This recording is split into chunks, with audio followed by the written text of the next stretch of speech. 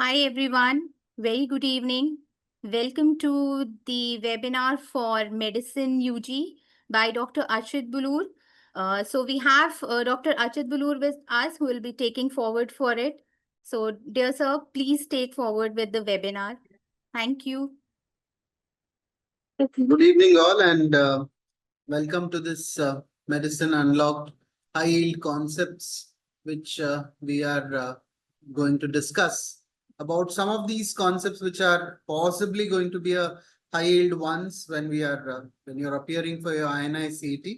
So based on the patterns that we have seen in the last maybe a few years papers, we have compiled this, and then so initially I will be giving you the topic list which is of prime importance based on the questions that have appeared in the last few years, and later we will discuss some questions in the form of MCQs and then some important images. So we'll try to cover most of it in the pretext of what possibly is the the key areas that you have to importantly look at.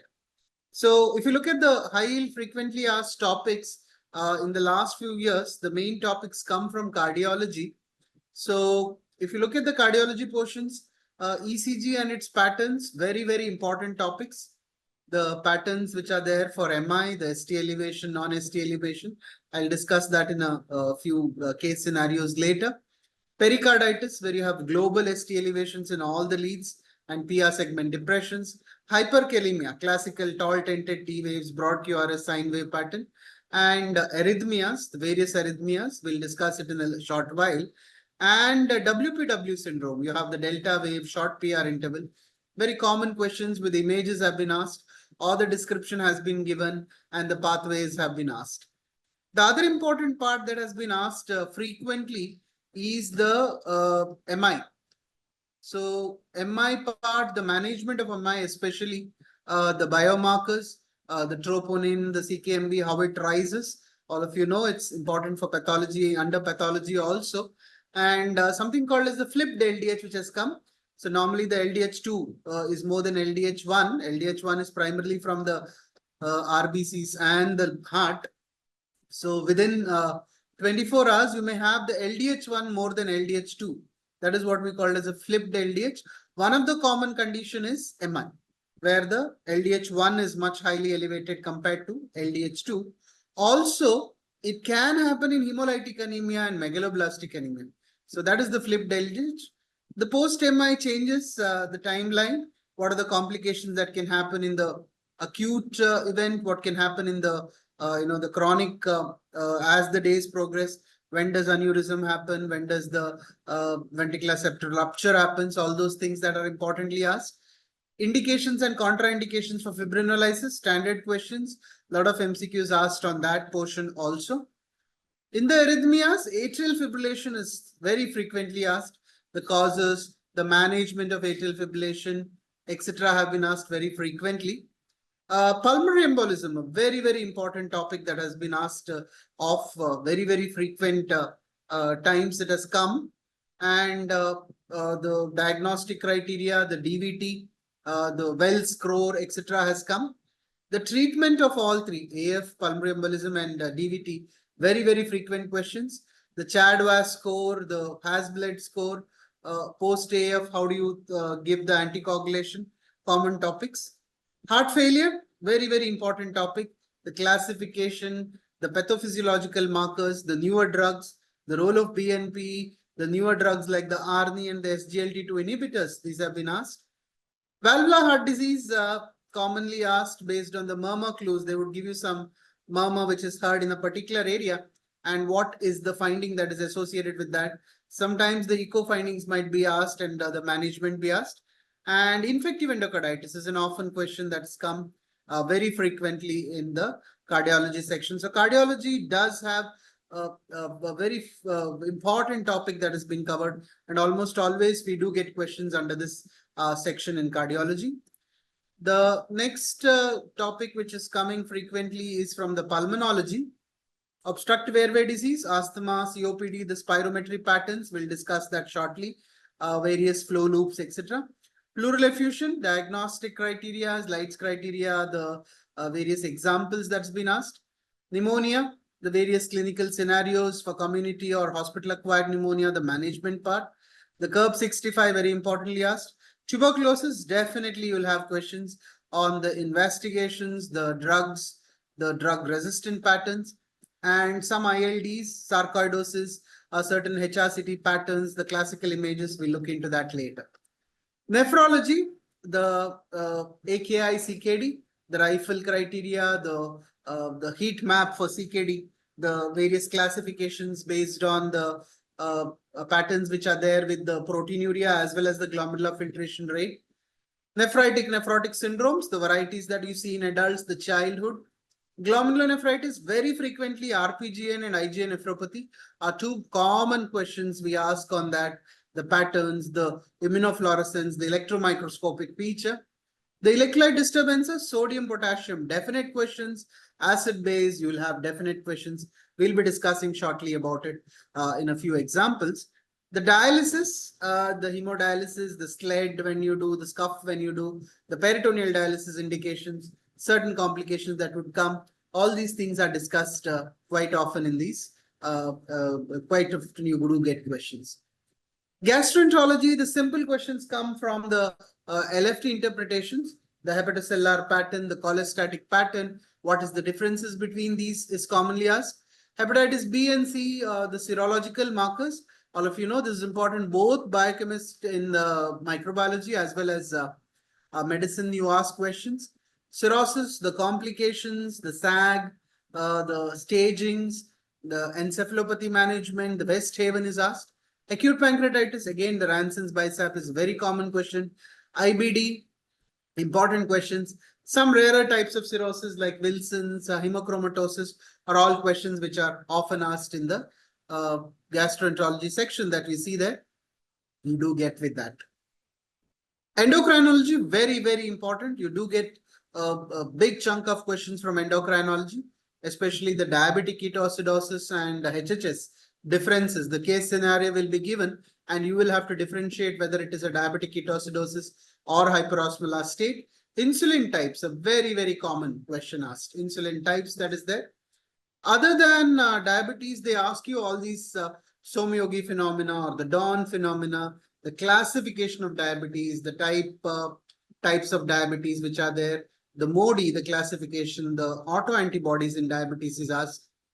Thyroid function, very important. The CQ thyroid, the subclinical, the Graves' disease, and thyroiditis, Hashimoto's, very commonly asked. And CQ thyroid is coming a lot. Adrenal disorders, both the Addison's, Cushing's, the congenital adrenal hyperplasia, you would get questions, even in pediatrics. Pituitary, acromegaly is the most common. SIADH, a very, very common. Almost every paper has an SIADH question, be it the etiology, the management, etc. And also the empty cella syndrome is sometimes asked.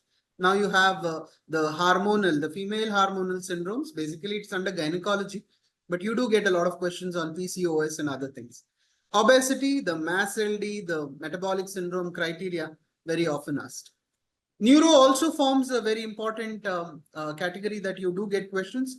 Stroke, the varieties of strokes, the localization of stroke, the syndromes of strokes, as well as the arterial supply, that's important asked. Thrombolysis, indications, contraindications. Very, very, almost every paper you have a question on seizures. The types of seizures, what is the drug of choice, and how do you manage? Parkinson's, very importantly asked drugs. Myasthenia, Lambert-Eaton, very important. Your GB syndrome, very, very commonly asked GB syndrome, the Asbury criteria. The multiple sclerosis is also an important question that's asked. Meningitis, encephalitis, CSF findings, sometimes image-based. NIHS score, this is coming very, very frequently now. And the contraindication of TPA, as I told you, a very, very important question. Rheumatology, general, majority of the questions are on SLE and scleroderma usually. And to some extent, you get it in RA. Vasculitis, crystal arthropathies also you get. Lupus nephritis, biological therapy, the new drugs that are available. So all these become important questions that are there. Under infections, HIV gets a huge chunk. You do get a lot of questions on HIV, the opportunistic infections, the CD4 counts, Malaria, dengue, typhoid, very important questions. Leptospirosis is asked. Your rickettsial disease asked.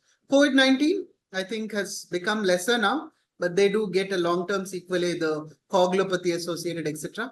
Scrub and brucella, bordetella, the measles, mumps, rubella, the vaccine preventable, and antibiotic resistance. Various patterns are also coming as questions now. Under hematology, anemia and leukemia are the two important topics. So anemia, all types of anemia, you will get questions, micro, macro, B12, everything.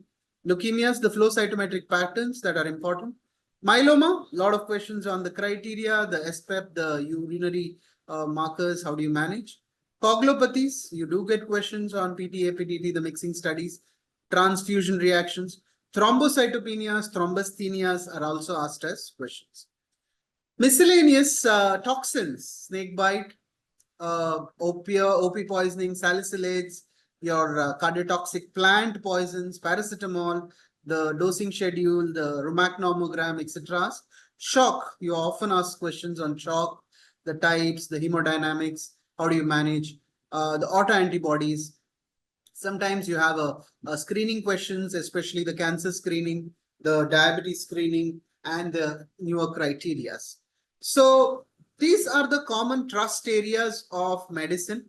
You do get a major chunk of your questions are from medicine itself and the allied subjects. So there would be a lot of overlap. So if you would concentrate on these topics, this is basically we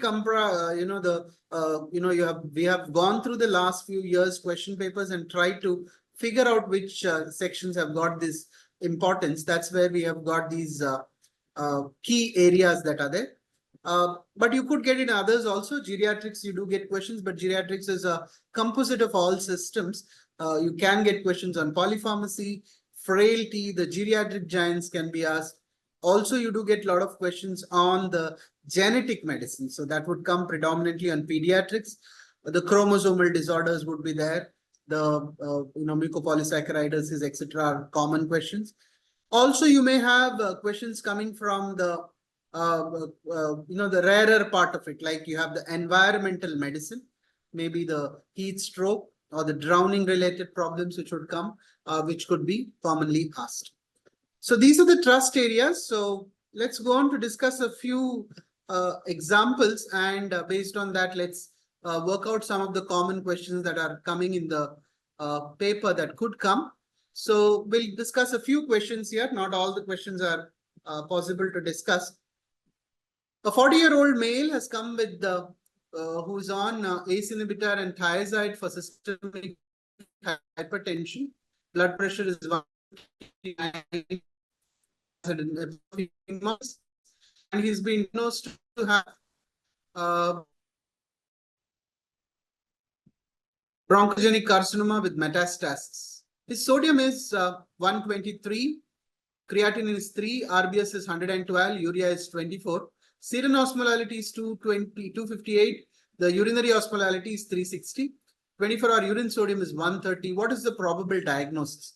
So they are asking us the evaluation of hyponatremia.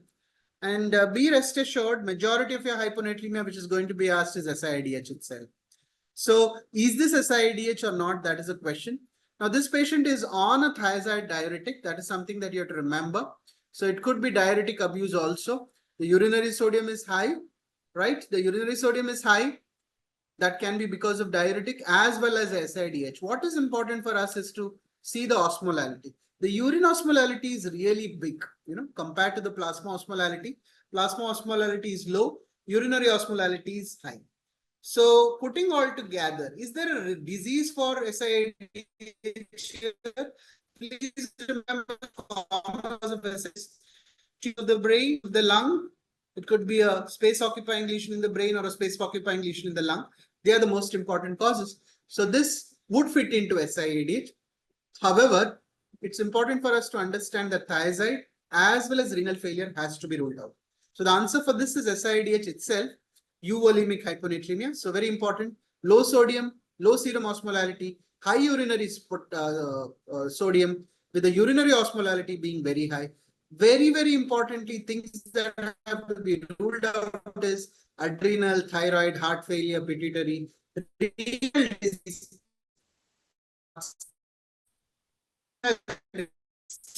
option, that becomes a very important cause. Remember, diuretics can increase the urinary osmolarity, but not to this level. So SIADH becomes an important cause. However, the diuretic and renal failure have to actually ruled out.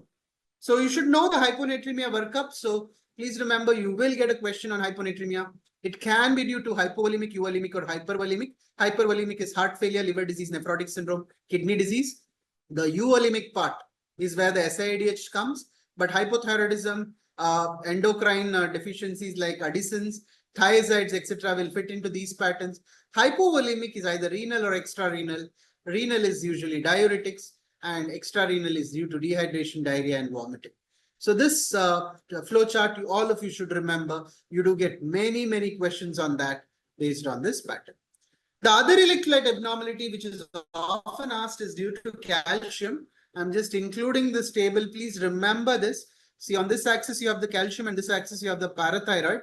If you have a low calcium and low parathyroid, this is right? High parathyroid, high calcium, it is hyperparathyroidism due to a tumor or an adenoma. If you have a low calcium and a high parathyroid, it is secondary hyperparathyroidism, either due to CKD, vitamin D deficiency, or hypocalcemia.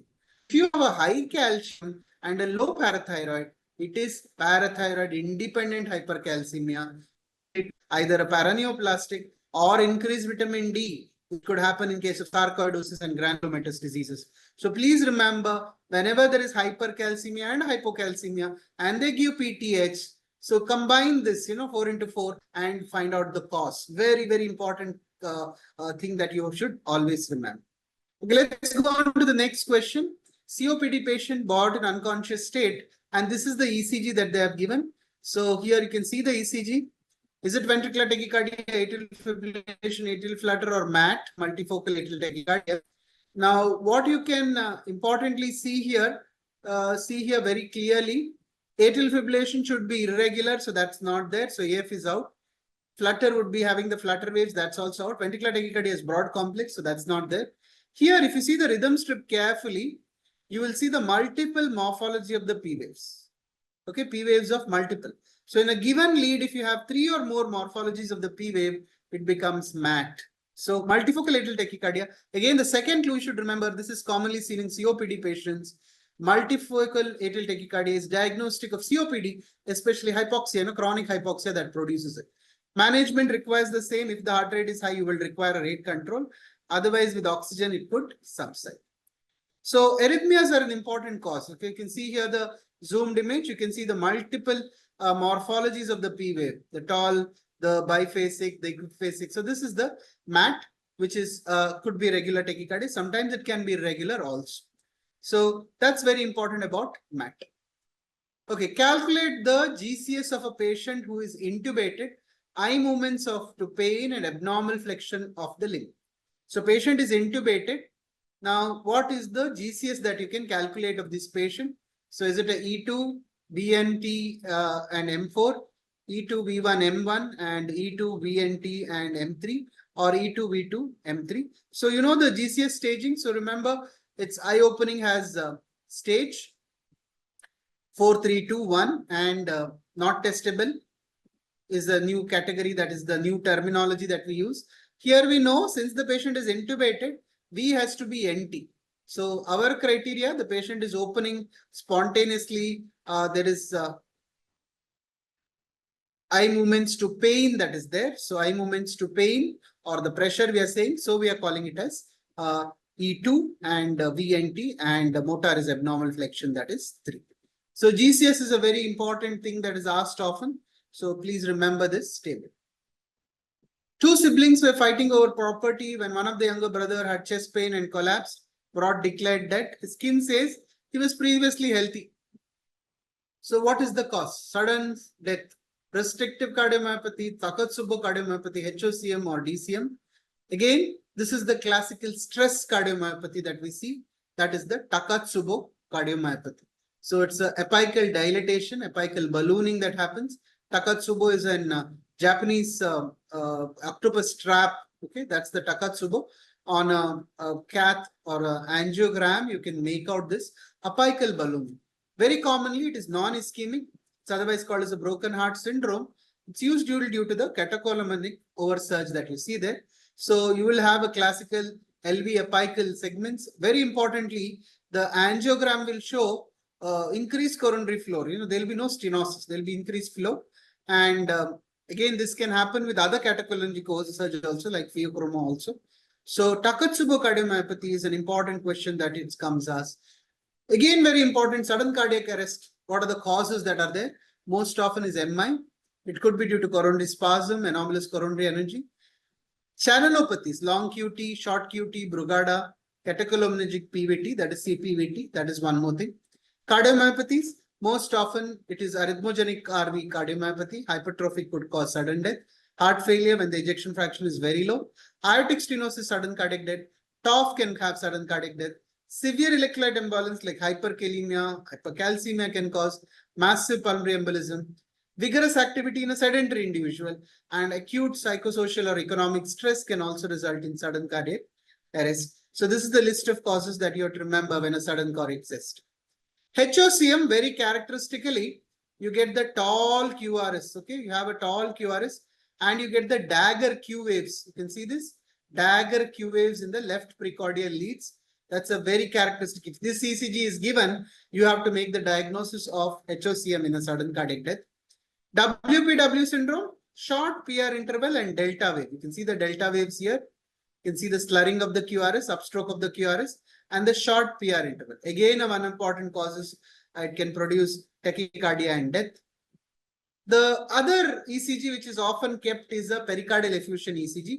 Here you can see classically low voltage complexes with the alternance. You can see this alternance, one small one. This is classically seen in massive pericardial effusion. Here you can see that there are widespread T-wave inversions. This is a very common ECG that we do find. But on the downstroke of the QRS, you can get the epsilon waves. You can see this opposite of the WPW, you get epsilon waves here in the downstroke of the QRS. This is characteristic of ARVD. ARVD is nothing but arrhythmogenic right ventricular dysplasia. Arrhythmias are produced, patient dies suddenly. So this is an important cause of sudden cardiac death. So this is the various pathophysiological changes that can be seen. You can see the neutrophilic infiltrate with a lot of fatty deposits that you see there, which could be seen in a cardiomyopathy changes that could be seen. One more sudden cardiac death condition is the Brugada syndrome. Whenever you see such ST elevations in V1 and V2, lead V1 and V2, you have ST elevations. The classical code or the saddleback type, it is Brugada syndrome. Very strong family history of sudden cardiac death will be there. Briefly about the cardiomyopathies, you are asked about this in your lot of MCQs come on this pattern. Most common being the dilated cardiomyopathy, which could be idiopathic, alcohol related or ischemia related. Hypertrophic is most often congenital or hypertension. Restrictive commonly happens with the other amyloidosis or endomyocardial fibrosis.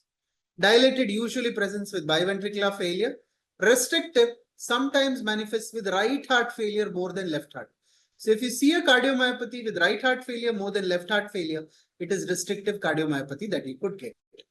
Again, the echo, the cardiac cath will have a classical findings, which I have already discussed. So please go through these cardiomyopathies. You do get questions on that. This is the classical biopsy features that you could get with the specific stains for each of them. Certain, what we call it as the MI mimics. Okay, MI mimics. One is, as I told you, is the epsilon wave for arrhythmogenic right ventricular dysplasia. That is what you see there. Massive pericardial effusion, you get the alternance. The traditional ST elevation MI you can get. This is a very important peak T waves with the upsloping ST. This is what we call it as a D Winters T wave. It's a sign of MI that you would see there. Also, you could get sodium channel blocker when we use. You get a broad QRS and a dominant R wave in AVR. Brugada syndrome, code ST elevations that you can see there. HOCM, you would get classical tall, dagger Q waves. Hyperkalemia, tall tented T waves. WPW, you get, short PR delta wave. you get intracranial hemorrhage, deep T wave inversions, hyperacute T waves in MI, which is different from hyperkalemia. Hyperkalemia is the tall tented, here it's a broad base. You can get ST depressions in the anterior leads, that is posterior wall MI, you could see there. And you have MI in the presence of LBBB, we diagnose it by something called as a Garbosa criteria. So you do get a lot of MI related questions that you could get. So here is one more ECG which we have kept for the diagnosis. So what is the diagnosis of this patient? So you're seeing tachycardia, you're seeing a lot of heart rate which is increased. It is regular and it's a narrow complex. So please remember, regular narrow complex tachycardia, answer is supraventricular tachycardia. Paroxysmal supraventricular tachycardia is the diagnosis. So this can be, you can do the Valsalva maneuver, you can do the carotid sinus massage. Adenosine is a drug of choice, very, very important. Rapid IV bolus, rule out bronchial asthma, that's very important. Afterwards, you can do beta blockers, calcium channel blockers. If patient is not hemodynamically stable, you would do a cardioversion. Long term, you will have to identify what is the cause of VC. You may have to do an EP study. If you find an axillary path, you will have to catheter ablation, or else you'll have to put them on oral beta blockers or verapamil or anti-arrhythmic agents can be put. A few other ECGs about the other arrhythmias. So here you can see the classical flutter waves. It's a regular narrow complex with the classical sawtooth waves, which we call it. So this is flutter. There is some amount of irregularity here. You can see here, this is regular. As it comes here, it is irregular. So there is a mixture of the flutter and the fibrillation. So we call it as flutter with variable blocks, or earlier it was called as flitter. This is again a very common ECG that is kept for you. So anyone can tell me the diagnosis for this? You can type it on the chat. So you're seeing here tachycardia, heart rate is very high. And then the QRS complex, what you're seeing is a broad complex, right? So it's a broad complex, QRS complexes you're seeing there. And it is looking similar. So this is monomorphic ventricular tachycardia. Again, remember, hemodynamically compromised patient, you will do the cardioversion. Otherwise, the first drug to be given is lignocaine in these cases. Here, okay, what's the diagnosis here? So you're seeing it live, that's happening here. So here is a normal ECG here. Then you can see that the patient has gone into ventricular tachycardia, isn't it? The broad complex tachycardia, it's going on. And this is polymorphic. You can see there it is like a string which is going on. In the strings it is. So this is the torsades. This is the torsade point. One important finding that you have to remember here is what we call it as an R on T phenomena. Now this is the QRS. The R of the next wave is followed the T of the earlier wave. This is the classical R on T phenomena on the ECG. Whenever somebody has an R on T phenomena means that patient is going into VT next. The next beat will be VT. Very important question, torsades they ask. This is commonly seen with drugs, the antipsychotic drugs, azithromycin, your antihistamines. Many drugs produce torsades. Very, very important. We should always monitor. Anybody who has a prolonged QT interval is prone to develop torsades that you could see. Okay, so this is one more ECG of an arrhythmia. So definitely this is bradyarrhythmia, not tachyarrhythmia. So whenever the heart rate is low, look for the heart blocks. So the grade 1, the first degree, second degree and third degree heart block that we commonly see here. So you can see this, the P wave here, and then the QRS is coming here. Then you have one more P wave here, one more P wave here, one more P wave here, one more P wave here. So P wave is coming on its own. If you measure that, the PP interval is regular. The RR interval is also regular. The atrial rate is possibly around 90. The ventricular rate is 40. So this is the complete heart block, what we call it as an AV dissociation. Most often it is due to an inferior wall MI. Otherwise, it could be congenital, it could be inherited, electrolyte abnormalities can produce that. It can be due to myocarditis, it could be due to drugs. So In the heart blocks, type 2 Mobitz and complete heart block requires emergency pacemakers. First degree heart block and Mobitz type 1 can be observed. You don't have to do a emergency pacemaker for that. Okay, so those were the ECGs. Let's look into the next common abnormalities that we see is the arterial blood gas. You will get 1 or 2 questions on that. So here they have not given you the patient details. They have given you an ABG. pH is 7.2, PCO2 is 52, HCO3 is 28. What is the diagnosis? So you know that it is an acidosis because pH is 7.2. The PCO2 has risen. PCO2 has gone up. So when both are going away, it is respiratory. Metabolic, both will go towards each other. That is low pH, low bicarb. That is metabolic. Here the bicarb is little high, higher than normal. So there is a metabolic composition. So when it going away, it is always Rome, isn't it? So respiratory is opposite, metabolic is equal. So the answer for this is respiratory acidosis with metabolic compensation. So please remember ABG abnormalities, very simple. Look at the pH, look at the PCO2, look at the bicarb, you can make out the primary element. And then look for the other element. When you're seeing bicarb is low, look for PCO2. Is the PCO2 coming down? Then you have a compensation. If the PCO2 is high, bicarb is also high, that means there is a metabolic compensation that is happening. A 43-year-old male come to the emergency department with altered mental status. Review of systems is unremarkable except for recent weight gain, constipation, fatigue, and skin changes. When you see her, BP is very low. Heart rate is also very low. There is hypothermia. Saturation is 96. She's alert oriented. Neck shows a big midline anterior scar. Bradycardic, soft distended abdomen, dovey feeling, palpation over the tibia you find there. So what is this patient? So this patient is in shock. There is bradycardia and there is severe hypothermia. So what type of shock this is? This is the characteristic appearance of myxedema coma. There is obesity, pretibial myxedema. The thyroid has been removed. You know, the anterior scar is there.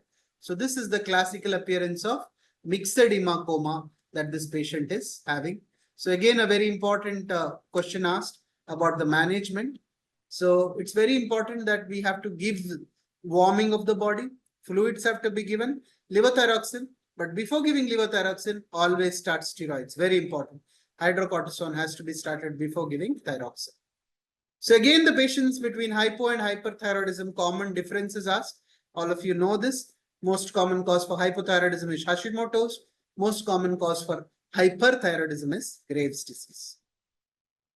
65-year-old altered consciousness ER. He was diagnosed to hyponatremia earlier and was treated. Now the patient has come with quadriparesis.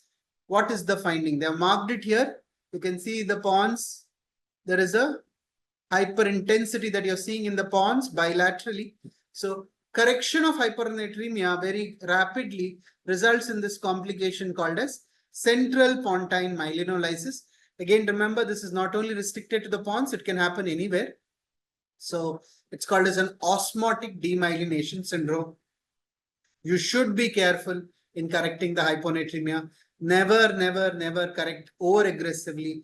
Maximum 8 to 10 milliequivalents of sodium correction per day is preferred, not more than that. If you correct it like that, it can result in osmotic demyelination. Elderly woman, chronic history of pain in the small joints with stiffness in early hours of the day. This is the image of the patient. What is the diagnosis? So is it rheumatoid? Is it osteoarthritis? Is it villonodular? Or is it the complex regional pain syndrome? So you have to see which joints are involved. You can see the metacarpophalangeal joints are involved. The proximal interphalangeal joint is involved. The distal is relatively spare. That is rheumatoid arthritis. If the distal is involved, that is osteoarthritis. So our image has to be very clear in this patient. So whenever you have a distal involvement, it is either rheumatoid or it is, when there is a distal involvement, it is always osteoarthritis or psoriatic arthritis. In rheumatoid, the distal is always paired. Please remember, rheumatoid distal is always paired, whereas distal and proximal both involved is osteoarthritis. Also, you may get psoriatic lesions, then the psoriatic arthritis. This is the classical, deformed arthritis that you could get sometimes with psoriasis, also with rheumatoid. A wave in JVP responds to atrial contraction. So that's a very characteristic feature. Please remember JVP, you do get a lot of questions on JVP, various wave patterns, and what are the various things that happen. Vickers diagram, please go through this thoroughly. You can get questions on this in anything from the ECG to the heart sounds, to the pressures, to the JVP changes, to the heart sounds and the murmurs that come under. Please go through this Vickers diagram. Again, various abnormalities of the A waves absent in atrial fibrillation. You get a CV wave in tricuspid. You might get descents which are prominent. Again, very commonly they ask about the descents. So X descent and Y descent. X descent is absent in tricuspid regurgitation and very prominent Y descent in tricuspid regurgitation. Both the X and Y both are prominent in case of constrictive pericarditis. Whereas prominent X descent and an absent Y descent or a upgoing Y descent is classical of cardiac tamponade. 18-year-old, anti-epileptic, seizure-free for 6 months, no family history of seizure, EEG is normal examination. What would you do? Would you stop, gradually taper, continue for another 18 months, or continue lifelong? This is a very important question. 2 years is needed. So at least seizure-free for 2 years with the very, very important. The EEG should be normal and there should be no family history. You would stop it after 2 years. Do not stop it prior to 2 years. That's it. A lot of questions on seizures will be asked. Sorry. So the seizure type and the drug of choice. Please remember the focal epilepsies or the partial seizures. First line in adults is lamotrigine or levetiracetam. In children is oxcarbazepine. Second line is the other drugs that we use. For GTCS adults, the first line is valproate and lamotrigine. In second line is levetiracetam. In children, again, we give valproate. Lamotrigine is not, can be used, but second. Absent seizure, adults, ethosuxamide or valproate. Children, it's same drug. Second drug is lamotrigine. Juvenile myoclonic epilepsy, valproate is a drug of choice. Please remember this, very commonly asked. For Lennox-Gastaut, you see it in children. Valproate is a drug of choice along with lamotrigine and clobazam, that is. Coming on to the next question, what is the characteristic pattern of Brown-Séquard syndrome? Contralateral joint position loss, contralateral loss of pain and temperature, ipsilateral loss of complete sensory function, contralateral motor functions. So what is the characteristic pattern? Anybody in the chat box you can type, which is the correct pattern of Brown-Séquard. So Brown-Séquard is a hemisection of the cord. So on the side of Brown-Séquard, you will have loss of posterior column sensation. The motor loss also will be on the same side, whereas the pain temperature will be lost on the opposite side. So the correct option here is 2, contralateral. So it's ipsilateral joint position, ipsilateral motor function, contralateral pain and temperature. So that is what you have to remember. Various spinal cord syndromes. You can have a complete cord syndrome which occurs in transverse myelitis, a central cord syndrome, syringomyelia, please remember, dissociative sensory loss, Brown-Séquard syndrome which we discussed, the posterolateral syndromes, that is the vitamin B12 deficiency or a neurosyphilis where you have the posterior cord syndrome, and you have the anterior horn cell disease where you have just the element signs which you see with no sensory involvement. And sometimes you have an anterior spinal artery where you have the anterior third of the spinal cord is involved. The posterior column is spared. So these are the various spinal cord syndromes which we call. Okay, pseudo P pulmonale on ECG. Remember, P pulmonale is tall P waves seen in case of COPD patients. Now, pseudo P pulmonale is very characteristic of severe hypokalemia. Remember, in hyperkalemia, you get flattening of the P waves, whereas pseudo P pulmonale is very characteristic of hypokalemia. But very importantly, one finding that is very pathognomonic is U waves. You get a lot of U waves in hypokalemia that you would see there. So this is the U wave. You can see that very characteristic. And to a certain extent, you have a prominent P wave that you see there. What is the CCG showing? So anybody? We are dealing with electrolytes. So what is the CCG showing? We are doing with electrolytes. So very characteristic finding it's seen. You can type in the chat. Yes, this is a very, very characteristic feature. The tall tented T waves. And you can see the broad QR is forming a sine wave pattern. You can see it in here. This is severe hyperkalemia. Very, very severe hyperkalemia finding. Very, very important. Please remember tall tented T waves, loss of P waves, widening QRS, sine wave pattern. Sine wave is when there is more than 8.5. Again, remember the management. IV calcium gluconate, 10%, 10 ml over 10 minutes. Rapidly acting. Insulin glucose. Nebulized salbutamol, sodium bicarbonate to correct the acidosis. Diuretics can work. Chronically, you can use the potassium binders. And hemodynamics is the best way to remove is hemodialysis. 14-year-old who is a case of type 1 diabetes comes with confusion, drowsiness. Mother says she's been breathing very fast. You see that the mucous membranes are dry, BP is low, sugars are high, urine ketones is positive. So the diagnosis is straight. This is diabetic ketoacidosis. Young patient type 1, diabetic ketoacidosis seen in them. Ketones are positive. Rapid breathing is acidosis, high sugars. Now BP is very low. Please remember the mainstay therapy is fluid. So you're going to give saline as a mainstay therapy, followed by insulin infusion, and then you would manage the rest of it. So the mainstay therapy here is to hydrate the patient. So diabetic ketoacidosis, high sugars, high ketones, metabolic acidosis, fluid is the mainstay. HHS, there is no ketones, there is hyperglycemia, hyperosmolality, and there is no ketones that you see there, no acidosis. Seen in type 2 usually. Diabetic ketoacidosis is an emergency. If you don't treat it, patients can die. And you would want to start them on saline. Please remember, diabetic ketoacidosis and HHS, please read it thoroughly. Everything is asked. Hydration is the mainstay, followed by insulin. So normal saline is the treatment of choice till the sugars come less than 250. Later you can supplement with dextrose saline. Bicarb can be given. Potassium has to be monitored when you give insulin. 40-year-old male with history of bilateral lower limb weakness progressed to his upper limb. On examination, he had weakness of both lower limbs and wasting of left upper limbs. Babinski sign was positive. Deep tendon reflexes were absent. He has no sensory loss, no autonomic dysfunction. So what's the diagnosis? So you know that there is a weakness with wasting, but Babinski sign is positive. So it's a mixture of UMN and LMN. Both are there in this patient. So this is the characteristic feature of amyotrophic lateral sclerosis. So ALS is the diagnosis.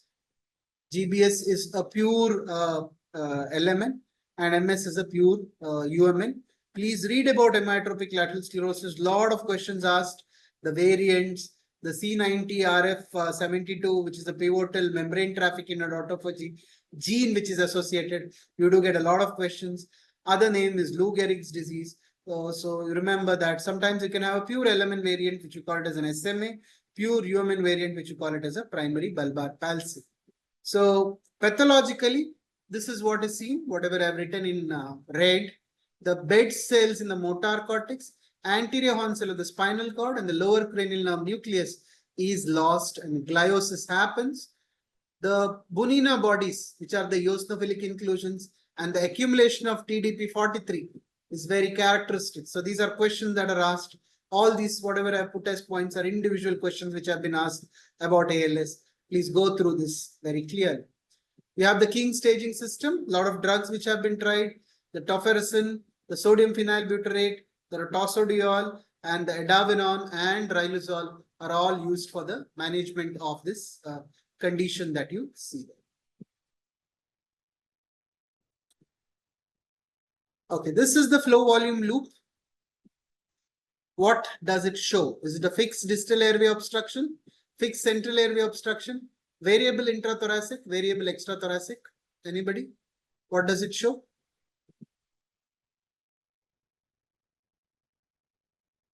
This flow volume loop.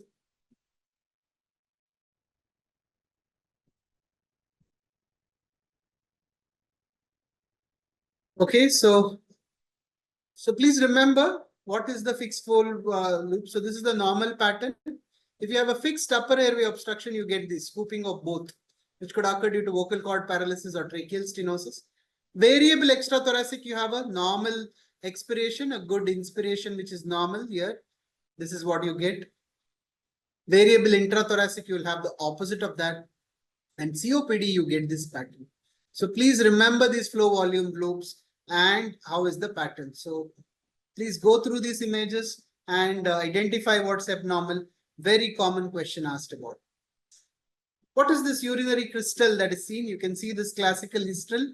Is it oxalate, phosphate, cysteine, or monohydrate? So you get the classical dumbbell crystal that you see there.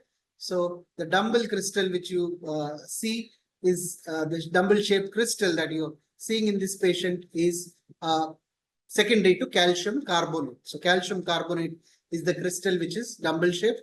The other crystals you can have here, hippuric is like this, phosphate will be like this. The Indian acyclovir crystals, the sulfur, all these images, please go through it. The dumbbell shaped is calcium carbonate crystals that you see. Which of the following condition is associated with hypokalemic metabolic alkalosis with hypertension?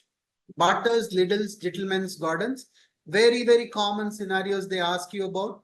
So you have to know individually. Please remember Liddle's, Gordon's, Barter's, and Gentleman's. Autosomal dominant, the last two are autosomal recessive.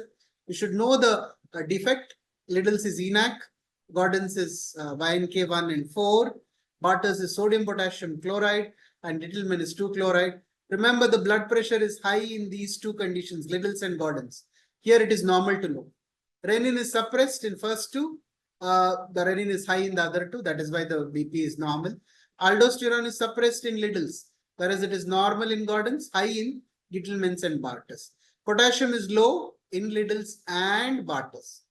Metabolic alkalosis in case of Liddle's, normal in case of Barter's. Acidosis in Gordon's, and you do find sometimes decreased acidosis even in Gentleman's also. Magnesium is low in Gentleman's, very classical, magnesium. So please remember this combination, metabolic alkalosis that is happening with hypokalemia, with hypertension is Liddle syndrome is the answer. So you should know where each of them are there. So remember Liddle's is here, Gentleman's is here, Barter's is here, and then you could have the other renal tubular acidosis which is coming out. Please remember the drugs acting at each. Lot of image-based questions just on this image. So please take a snapshot of this. It is there in all the books. Read about it. Very, very common question asked. Elderly male brought by his son because he is not using his left arm for day-to-day functioning. He was unkempt on the left side of the body and bumping on the door frames when he is walking towards them. So where is this lesion they are saying? So if you see this, the patient has not, on the left side is drawn completely absent. So where is the lesion? Is the right temporoparietal, left parietal, right premotor cortex? So where is the lesion for this lesion that you have to remember? So you're seeing that it is the left side is, patient is unkempt appearance on the left side of the body. So you know the answer should be in the right parietal-temporal, right parietal or right premotor. So here it is predominantly, there is no right parietal classically is a sensory, they diffuse it. So this is the right parieto-temporal lesion where you get it. The other common question they ask you is on headaches. So variety of headaches. What is the pattern of headaches? Common primary headaches, common secondary headaches. What are the red flags? Please remember of the SNOP 13 that is there, where you have a sudden onset, patients immunodeficient, elderly above 50, if there is focal deficit, papilledema if it is there, worsening pattern changes, frequent drug usage, all those are hallmarks of red flags of headache that you have to remember. Some ECGs as we see here, very characteristic finding, 75-year-old altered sensorium. What you're seeing here is this deep T-wave inversions. You know, these are called as the deep T-wave inversions, classically seen in case of cerebrovascular accident. Your subarachnoid hemorrhage is the characteristic pattern that you would get, cerebral T-waves, deep T-wave inversions. Again, the MI localization is sometimes important. Anterior wall MI usually is due to LAD occlusion. Okay, so you find ST elevations in V1 to V4 maybe, LAD occlusion. So look for the ST segment and 2-3 AF. So if you find that the ST segment is inverted in the inferior leads, the occlusion is proximal to the D1. If there is an ST elevation in 2,3 AVF, it is distal to the D1. So that is one thing that you have to remember. But remember, for all practical purposes, anterior wall MI is always LAD occlusion. That's what you have to remember. Same thing I told you, which is the branch. For inferior wall MI, 2,3 AVF will show ST segment elevation. Look at lead 1. If you have a depression in lead 1, ST depression, it is right coronary artery. If you have an elevation in lead 1, that is left coronary artery or left circumflex artery.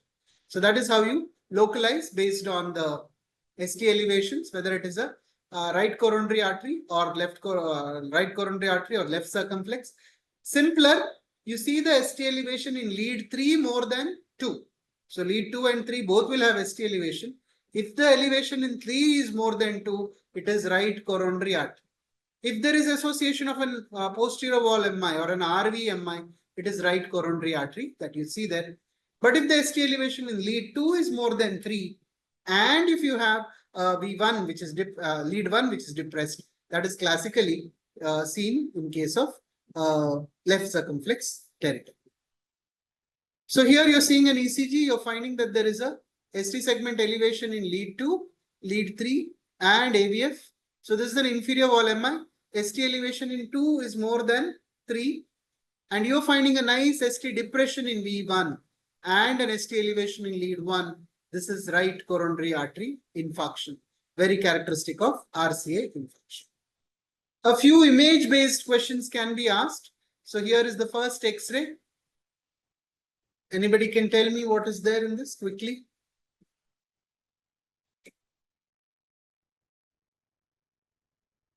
So here you're seeing a patch here, okay? A right lower zone patch, which is obliterating the cardiac border. The cardiac border is not clearly seen. So this is a right middle lobe pneumonia. Please remember, this is a very characteristic sign, what we call it as a Silhouette sign, right middle lobe pneumonia, silhouetting the right heart border. Okay. So here you have an X-ray with a homogeneous opacity, complete whiteout lung. The trachea is shifted to the same side. So this is right-sided collapse. If the trachea was on the opposite side with the homogeneous opacity here, it would have been pleural effusion. Anybody, what is this X-ray showing?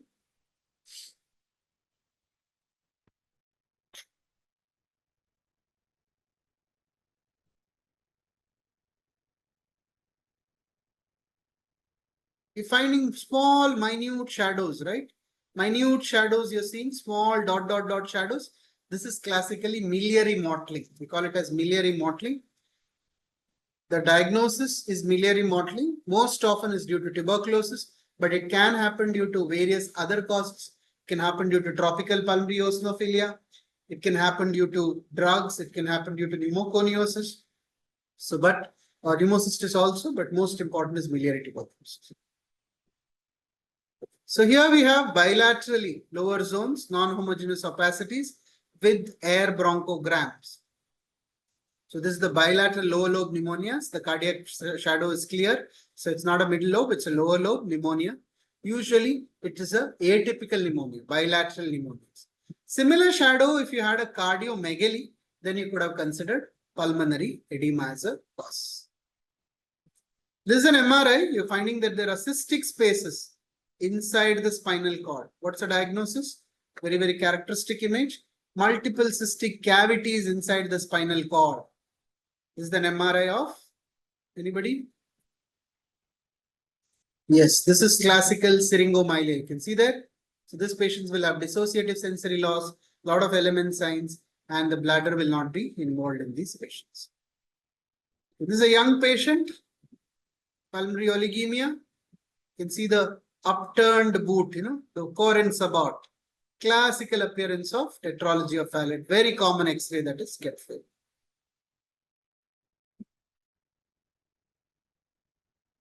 So here we have an X-ray here. You're seeing a patient who has undergone a cardiac valve, mitral valve replacement.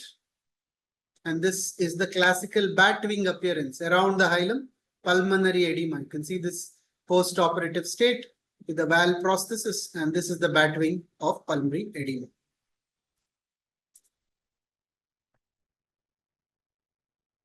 So here you have an MRI, you're seeing that the upper part of the lower part of the upper vertebra is destroyed.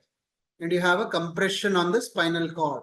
It's very characteristic of pot spine. It involves the paradiscal variety of pot spine. Very, very characteristic. Again, a very common image that is kept for you in the exam. So here you have an X-ray which is showing the diaphragm on the right side has been pulled up. So diaphragm is being paralyzed. So it could be due to a phrenic nerve palsy. That is the example. So here you have a cardiomegaly with a classical money bag appearance. Money bag appearance that you're seeing here. This is pericardial effusion.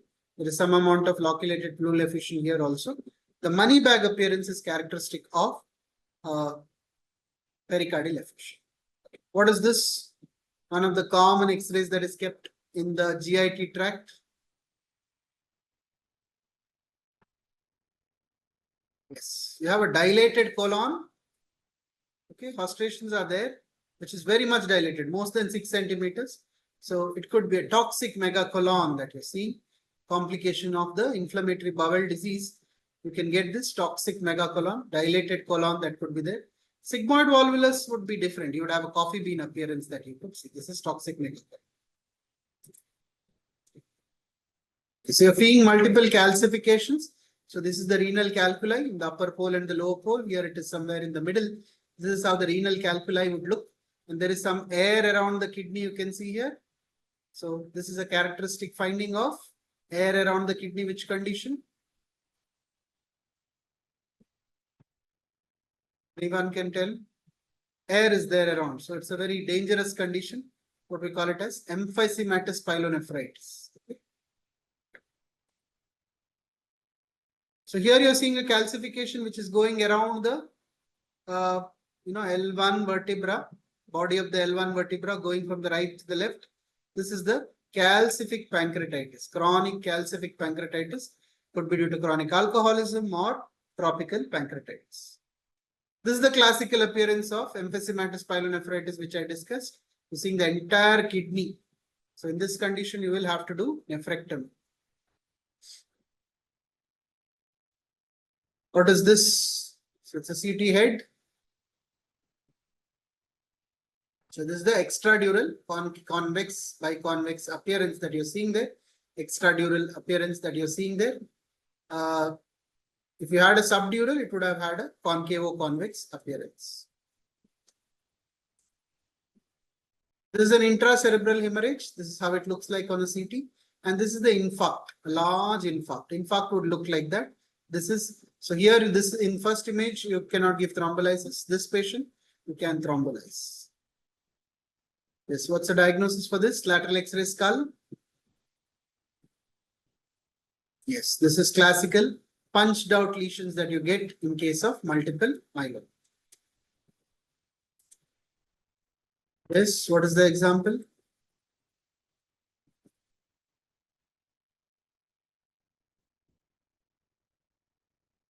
So this is the neurocysticercosis, the starry sky.